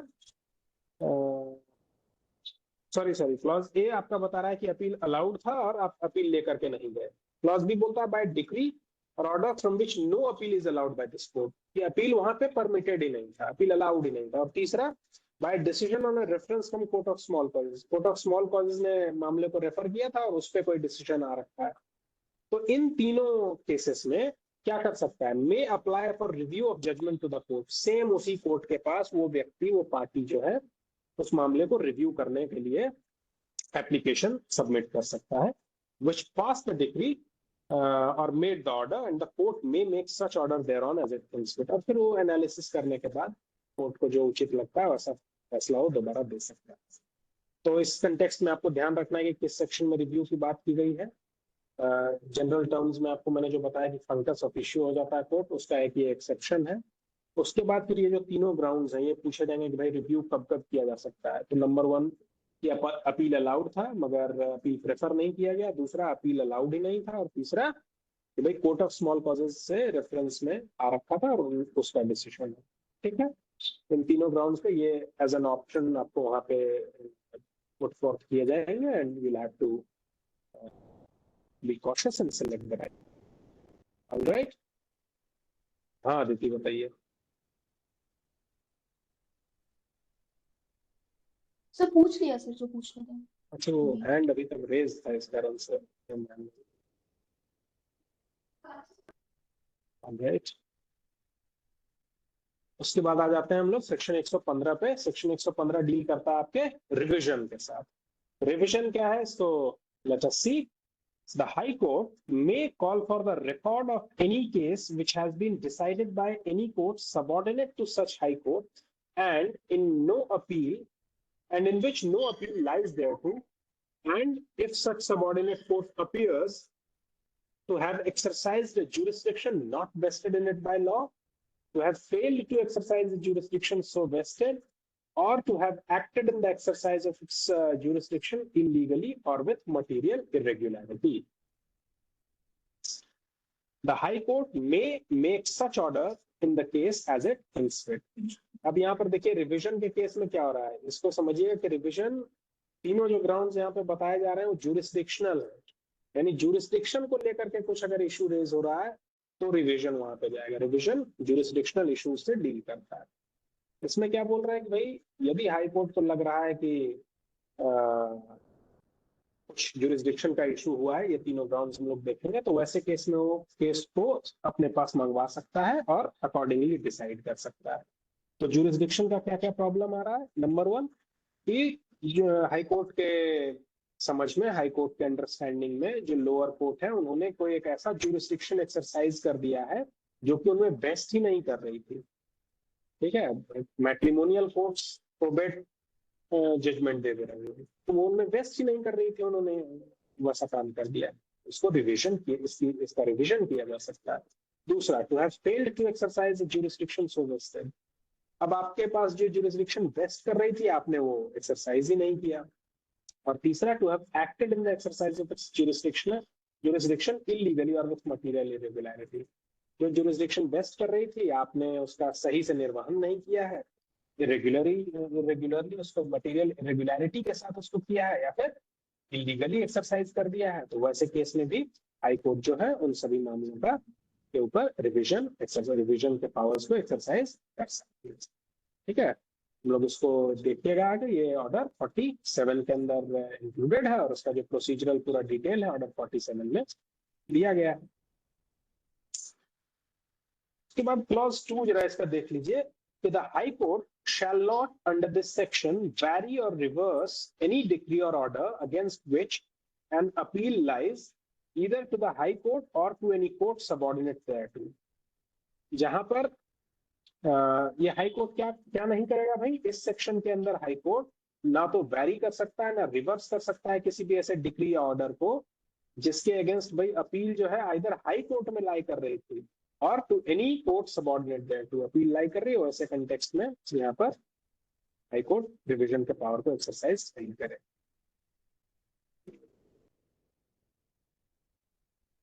अच्छा, इसका क्लॉज 3 से भी कभी कभी एक बार एक चीज ध्यान देने वाली है, उसको देख लीजिएगा, पूछ लेते हैं कुछ बार कि भाई रिवीजन जो है वो स्टे के तौर पे एक्ट नहीं करता है। ठीक है, it is revision is not a stay of the suit. वो अगर हाई कोर्ट मंगवा भी ले रहा है तो ऐसा नहीं है कि आप अपना प्रोसीजर रोक दीजिए, if you want to you can go on ahead with it, unless कि हाई कोर्ट ने स्टे लगा दिया हो स्पेसिफिकली कि भाई रुक जाओ, ये तुम जुरिसडिक्शन का गलत इस्तेमाल कर रहे हो, I handle it from here on. तो अनटिल अनलेस हाई कोर्ट उसमें स्टे लगा दे, रिवीजन मेयरली जो रिवीजन है it does not act as stay on the suit. Alright, इसके साथ ये आपका पार्ट भी समाप्त हो गया। अगला जो पार्ट है पार्ट 9, इससे क्वेश्चंस नहीं पूछे जाते हैं, so will not bother with it. Part 10 की सिमिलर कहानी है, पीटी में क्वेश्चंस ना के बराबर हैं, will not bother with it. अब सीधा आ जाइए आप लोग पार्ट 11 पे जो मिसलेनियस प्रोविजन से डील कर रहा है। मिसलेनियस प्रोविजंस में सबसे पहला आप देखिएगा सेक्शन 132 किस चीज से बात करता है। सेक्शन बहुत इंपॉर्टेंट है, यहाँ पे सेक्शन नंबर से भर भर के क्वेश्चंस होते हैं मिसलेनियस वाले प्रोविजन से।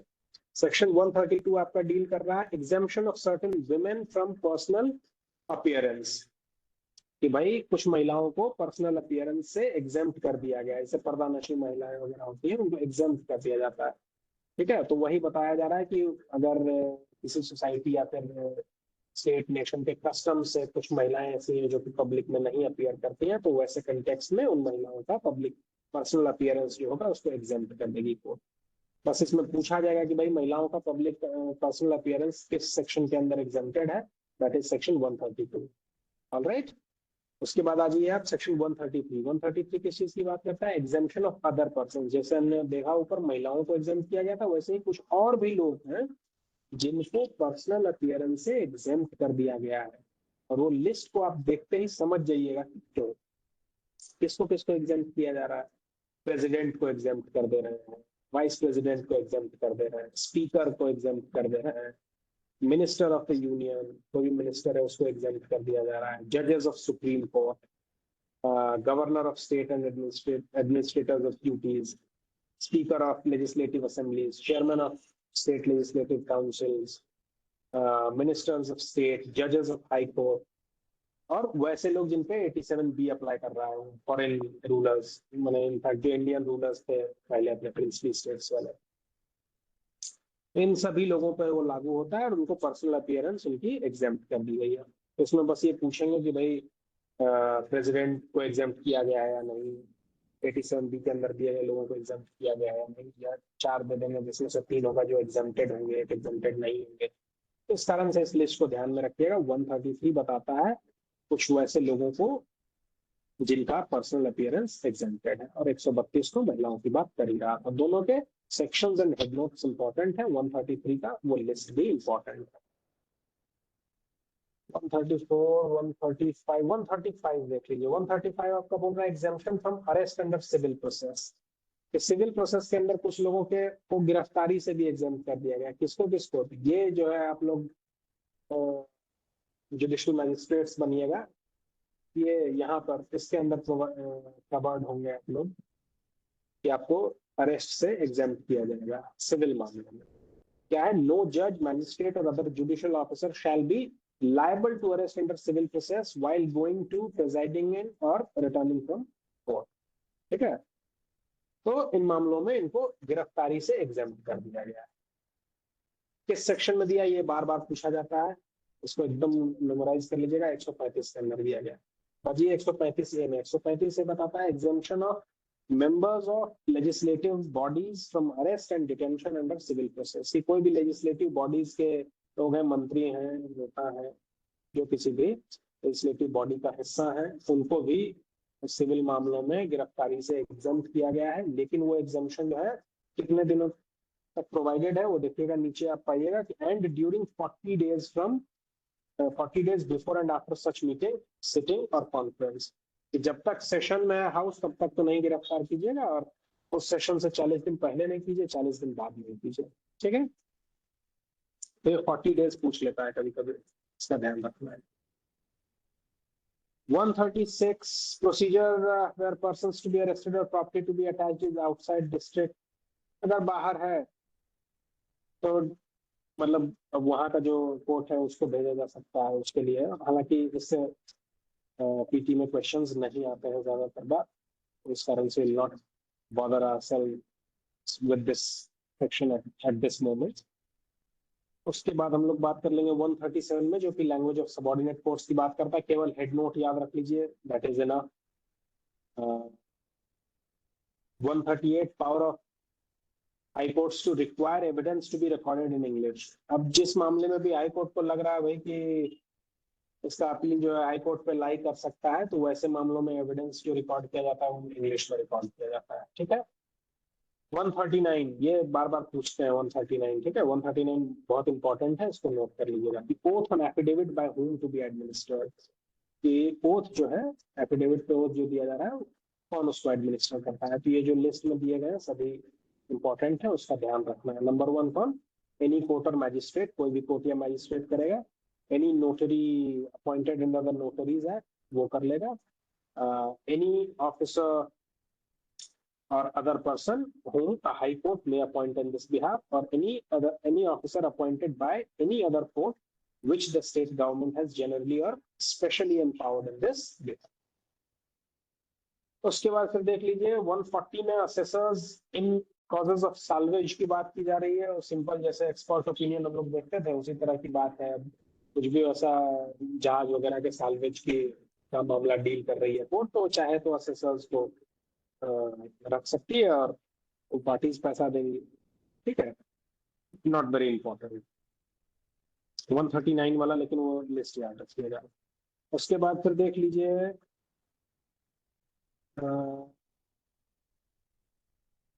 142 कई बार रहता है orders and notices to be in writing. कैसी होनी चाहिए? इन राइटिंग होनी चाहिए। All orders and notices served on or given to any person under this provision of this code shall be in writing।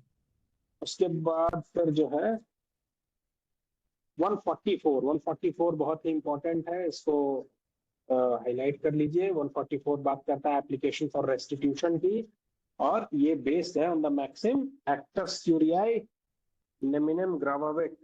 क्या मतलब हुआ इसका? कि act of court shall prejudice no one. तो इसको इस मैक्सिम को भी वहां पे लिख लीजिएगा, एक्टस क्यूरियाई नेमिनम ग्रावाविट। और ये रेस्टिट्यूशन की बात कर रहा है। रेस्टिट्यूशन का कॉमन मीनिंग मैंने आपको कल भी बताया था कि वो स्टेटस को वापस मेंटेन करवा देने की बात हो रही है।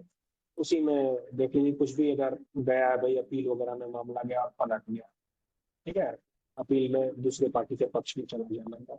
ऐसे केस में अगर कुछ भी ओरिजिनल डिग्री के बाद जो कुछ भी चीजें दी गई थी या बेनिफिट कुछ अप्रूव कर रहा था उसको आपको वापस मिलना। ठीक है, that is what we call restitution। 144, 145 enforcement of liability of surety, now very important। 36 नहीं, 147 बात करता है consent or agreement by persons under disability. इसको हेड नोट को याद रखिएगा कि पर्सन अंडर डिसेबिलिटी है, उसके कंसेंट की चर्चा जब की जा रही है वो कहाँ की जा रही है, 147 के अंदर की जा रही है। 148 बता रहा है enlargement of time. Enlargement of time बहुत इंपॉर्टेंट हो जाता है, इसको ऐसे तो मिसलेनियस में यहाँ दिया हुआ है, but one of the most important provisions of this entire code मेरा पर्सनल ओपिनियन है। इसमें देखिए क्या बोलता है भाई कि किसी भी मामले में कोर्ट चाहे तो टाइम बढ़ा सकती है, चाहे उसका जो भी लिमिटेशन पीरियड एक तरह से दिया वो एक्सीड ही क्यों ना कर गया हो, बट 30 डेज का एक्सटेंशन हमेशा दे सकते हैं।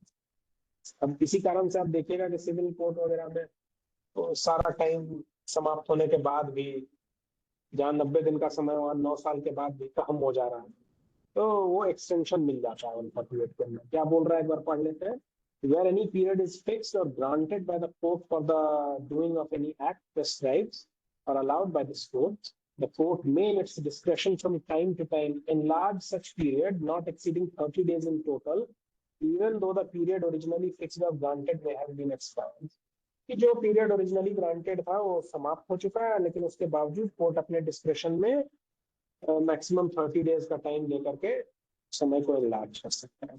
तो इसमें यही पूछेंगे एनलार्जमेंट ऑफ टाइम कहाँ दिया हुआ है, 148 के अंदर कितने दिनों के लिए आप कर सकते हैं, तो 30 डेज के लिए कर सकते हैं। ऑलराइट, 148 ए बात कर रहा है आपके right to lodge of caveat की। कैविएट आप लोगों ने अपने प्रिपरेटरी फेजेस में कैविएट एम्प्टर ये सब पढ़ा होगा। यहाँ पर कैविएट की जो बात है थोड़ी इससे हटके है, मगर nonetheless it is a caveat.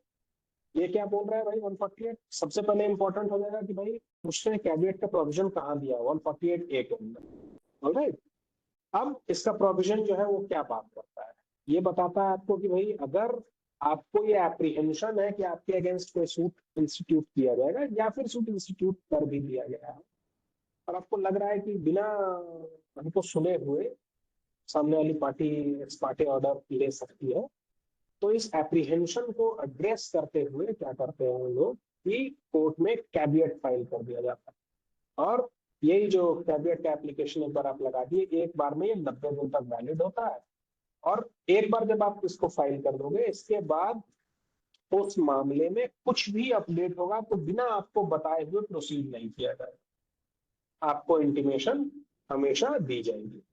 तो मेजॉरिटी ऑफ टाइम से क्वेश्चन इससे पूछा जाता है कि कैविएट किस सेक्शन के अंदर प्रोवाइडेड है और एक बार में कैविएट कितने दिनों तक फोर्स में रहता है। 148 ए में प्रोवाइडेड है और 90 दिनों तक फोर्स में रहता है। ये 90 डेज 60 डेज और जो फाइन्स का अमाउंट है वो सबको एक बार जो है नोटबुक में सेपरेटली लिख लीजिएगा, अदरवाइज बहुत कंफ्यूजन होता है, बार बार गलतियां होंगी और गड़बड़ाने लगिएगा। इस कारण से इसको नोट डाउन करना इंपॉर्टेंट है और टाइम एंड टाइम अगेन पढ़ना जरूरी है। डेली इसको हैबिट में डालिए कि daily early in the morning एक बार तो आप नोट सेट बना के रख लीजिए और उसको एक बार गो थ्रू कर लीजिए। विदिन आई बिलीव कि इन अ मंथ एट मैक्स आपके लिए 10 मिनट का काम बच जाएगा, पूरी सीपीसी इधर से उधर आप निकल जाएंगे। ऑलराइट, 148 ए हो गया आपका। 149 बात करता है power to make up deficiency of court fees. अगर कोर्ट फीस की कोई डेफिशिएंसी है तो एट एनी स्टेज आप उसको कर सकते हैं फुलफिल, कोई दिक्कत नहीं है। 151 देखिए, 151 बहुत इंपॉर्टेंट है, ठीक है। ये क्या बोलता है, इनहेरेंट पावर्स ऑफ कोर्ट की बात करता है, saving of inherent powers of court. ये आपने गौर किया होगा कि जहां पर भी इनहेरेंट पावर की बात होती है वहां पर सेविंग ऑफ इनहेरेंट पावर बोला जाता है, ठीक है। ऐसा नहीं है कि बोल दे रहे इनहेरेंट पावर, यानी इनहेरेंट पावर कोई स्टैट्यूटरी क्रिएशन नहीं है। ऐसा नहीं है कि 151 नहीं रहे तो इनहेरेंट पावर नहीं रहे। इसी कारण से यहाँ पे लिखा जाता है सेविंग ऑफ इनहेरेंट पावर। हम बता दे रहे हैं कि भाई है, मैं नहीं भी बताऊंगा तो है, तो कोई डिनायल नहीं है। और सीपीसी के अंदर आप देखिएगा, सीआरपीसी से या बीएनएसएस सब बोल लीजिए, उससे डिफरेंस पाइएगा कि वहां पर लिखा गया था भाई inherent powers of high court, यहाँ पर हाई कोर्ट नहीं लिखा गया। ये इनहेरेंट पावर ऑफ कोर्ट है, कोर्ट्स में इनहेरेंट पावर्स कुछ वेस्ट कर। क्या बात करता है, nothing in this code shall be deemed to limit or otherwise affect the inherent powers of the court to make the orders as may be necessary for the ends of justice or to prevent abuse of process of the court, ठीक है। to prevent the ends of justice and necessary for the ends of justice and to prevent the abuse of process of the court, क्या कर सकते हैं आप? Inherent powers already vested है, उसका court जो है एक्सरसाइज कर सकती है. All right, 151 merely इतनी सी बात है. 152 बात कर रहा है आपका amendment of judgment, decree, order. ये इसमें आप देखिएगा जो पूछा जाएगा कि भाई क्लेरिकल अरिथमेटिकल मिस्टेक्स हैं उसको रेक्टिफाई करने का प्रोविजन कहाँ दिया हुआ है? 152 में दिया हुआ है. ठीक है. Clerical or arithmetical mistakes in judgments, decrees, or others, orders, or errors arising therein from any accidental slip or omission may at any time be corrected by the court, either of its own motion or on the application of any of the parties. ठीक है. तो ये section based question आते रहते हैं इससे. Clerical arithmetical mistake सुधारने की बात इस सेक्शन में दी गई है, सेक्शन 152 के अंदर. याद कर लेना है आपको. 153 बताता है, बिल्कुल हेड नोट इंपॉर्टेंट है, general powers to amend. 153A बता रहा है आपका power to amend decree or order where appeal is summarily dismissed. यहाँ पे समरी डिसमिसल हो जा रहा है, वहां पर डिक्री को अमेंड करने का, ऑर्डर को अमेंड करने का पावर. ठीक है. यहाँ अपील समरली डिसमिस हो जा रहा है, वहां पर जो पावर दिया गया कहाँ दिया गया? 153A में. ये भी हेड नोट इंपॉर्टेंट है. 153B place of trial to be deemed to be open court. ये ओपन कोर्ट इसको कंसिडर किया जाएगा. सीआरपीसी अगर पढ़े होंगे तो 327 में था ओपन कोर्ट की बात की. यहाँ पर भी प्लेस ऑफ ट्रायल को क्या मानेंगे? ओपन कोर्ट मानेंगे. और इसके बाद क्या है? सेक्शन 158 देख लीजिए, reference to the code of civil procedure and others repealed. ये एक तरह से क्या बोला गया है? रेजिडुअरी टाइप का है. रेफरेंस की बात की जा रही है कि एवरी एनैक्टमेंट और नोटिफिकेशन पास और issued before the commencement of this code in which reference is made to or to any chapter or sections of Act 8 of 1859 of any code of civil procedure or any act amending the same or any other enactment hereby repealed, such reference shall, so far as regards the practicable, be taken to be made in this code, to this code or its corresponding part, order, section of जो पुराने वाला act था उसके बदले अब ये वाला act है, ऐसे थोड़ी सी बात कर रहा है. और उसके साथ हम लोगों ने पीपीसी के सेक्शन उसको कंप्लीटली डील कर लिया है. जो प्रीलिम्स में रेज किए जाने वाले क्वेश्चंस हैं उसको हमने कर्सरी तरीके से देखा है. अब मैं आपसे एक्सपेक्ट करता हूँ कि आप उसको एक दो बार और पढ़िए.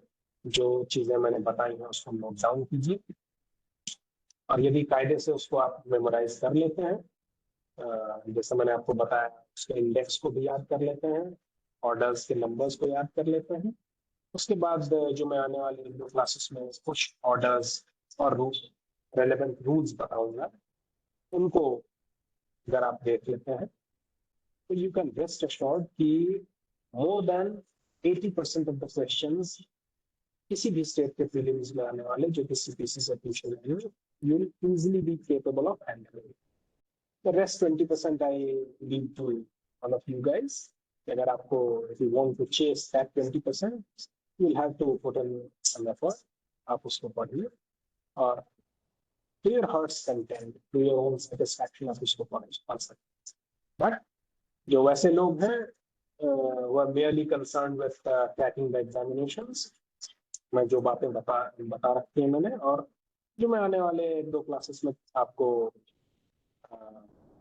कुछ रूल्स बताऊंगा, उनको आप देख लेंगे. यू कैन सेफली क्लेम कि आप 80% क्वेश्चंस को सक्सेसफुली अटेम्प्ट कर सकते. ऑलराइट. अगर आप में से किसी की कोई क्वेरी है तो all ears, otherwise it will be enough for today. Yes Aditi. Sir एक बार फ्रेंडली सूट और बता दीजिए, सेक्शन 90. फ्रेंडली सूट की चर्चा जो सेक्शन 90 में की जा रही है, स्पेशल केस की बात है. इसमें जो क्वेश्चंस रेज किए जाते हैं वो जनरली यही होता है कि सेक्शन 90 में क्या दिया गया है या फ्रेंडली सूट किस सेक्शन में दिया गया, और इसके कॉरस्पॉन्डिंग ऑर्डर्स के साथ फिर हम लोग जब देखेंगे इसको तो इसको समझने का प्रयास करेंगे. बाकी यहाँ पर जो है कुछ विशेष वैसा दिया नहीं गया है. पढ़ लेते हैं इसको एक बार फिर से. Where any person agrees in writing to state the case for the opinion of the court, then the court shall try and determine the same in the manner prescribed. इसमें है कि यदि पार्टीज वही एग्री कर रही हैं कि हमको राइटिंग में, ऐसा नहीं कि केवल बोल दे रहे हैं ओरली, वो अग्री कर जा रहे हैं लोग कि हम लोग भाई कोर्ट का ओपिनियन सीख कर लेते हैं इस मामले पे। जैसे इसमें आप समझिए कि आर्बिट्रेशन चल रहा था या कुछ भी ऐसा, हम लोग मीडिएशन कर रहे थे, फिर भी हमको लगा कि नहीं, इसमें हमें कोर्ट की ओपिनियन भी लेनी।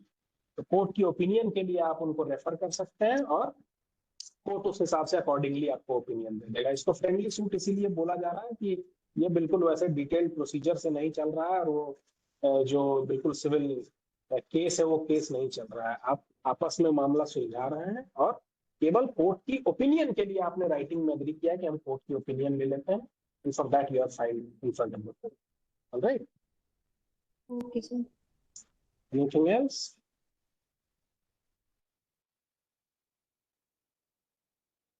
चांदनी किसी उसके बारे में पूछ रही है, कोई मैगजीन के बारे में। हाँ बताइए चंद। कौन सा मैगजीन चांदनी पूछ रही थी? आप फिर से या तो लिख दीजिए एक बार फिर से मैसेज बॉक्स में।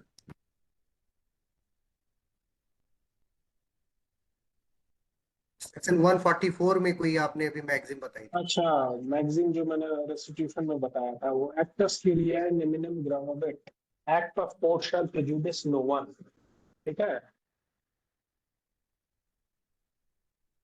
144 में ना, एक्टस क्यूरियाe नेमिनम ग्रामाबिट, उसको आप लिख लीजिए।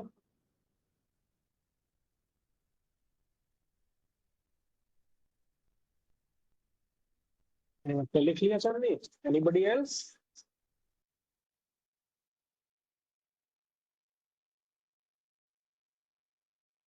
Alright, fair enough. So कृपा